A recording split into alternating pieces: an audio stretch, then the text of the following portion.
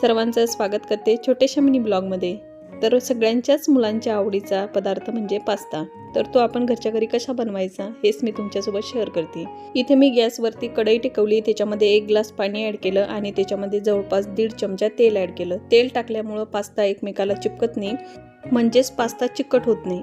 त्याच्यानंतर उकळत्या पाण्यात लगेच मी पास्ता ॲड केला। 5-10 मिनिटं पास्ता चांगला उकळू दिला पाण्यामध्ये आणि त्याच्यानंतर तो गाळून घेतला चाळणीमध्ये।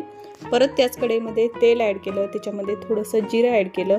लगेच त्याच्यामध्ये मीडियम साईजचा एक कांदा कट करून टाकला। याच्यामध्ये थोडासा लसणाचा वापर जास्त होतो, तर जास्तीचे लसणाचे तुकडे ॲड केले आणि त्याच्यानंतर लगेच त्याच्यामध्ये हळद ॲड केली, थोडंसं तिखट ॲड केलं। तुम्हाला जर स्पायसी बनवायचा असला तर तुम्ही याच्यामध्ये थोडंसं तिखटाचं प्रमाण वाढवू शकता। याच्यामध्ये महत्त्वाचं म्हणजे आपण सॉस टाकायचा।